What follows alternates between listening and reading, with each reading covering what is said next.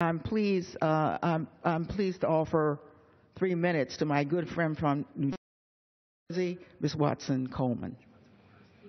The gentlelady from New Jersey is recognized for 3 minutes. Thank you, Mr. Speaker. I would like to thank the gentlelady from D.C. It is extremely unfortunate that we are here yet again debating legislation that would interfere with the ability of D.C. residents to make decisions for themselves. So far, this Congress, the House, has attempted to block laws that will protect districts' women's reproductive rights and reform Washington's drug laws.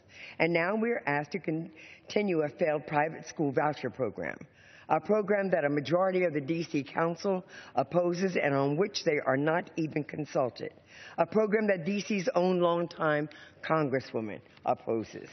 I am shocked at the arrogance of this body to set aside the will of the citizens of the District of Columbia so fleetingly. It is disgraceful that in this building, a symbol of our democracy, we impose such policies on a city that does not even get a vote on these decisions.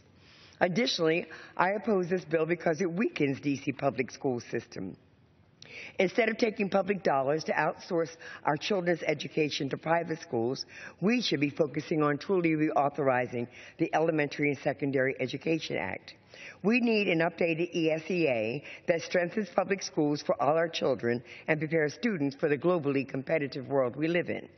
Education should be the great equalizer, and every student should have access to the best education regardless of their zip code or their socioeconomic status. There are public schools in this country that are among the very best in the world. I am proud that several of them are in my district. Mr. Speaker, we know that public schools can work when we properly support them. But unfortunately, for certain communities, far too many schools continue to struggle due to lack of resources on one hand and relentless undermine them on the other.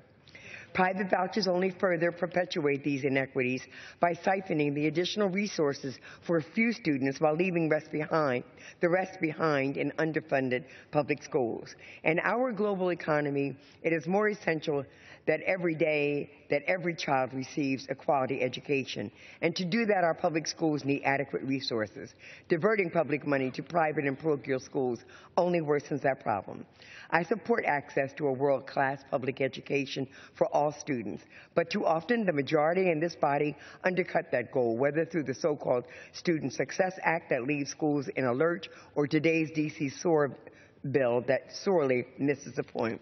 I urge my colleagues to listen to the people of the District of Columbia and their elected representative, Ms. Norton. Most importantly, listen to the teachers and the parents who oppose this bill and reject this legislation. Thank you, Mr. Speaker. With that, I yield back.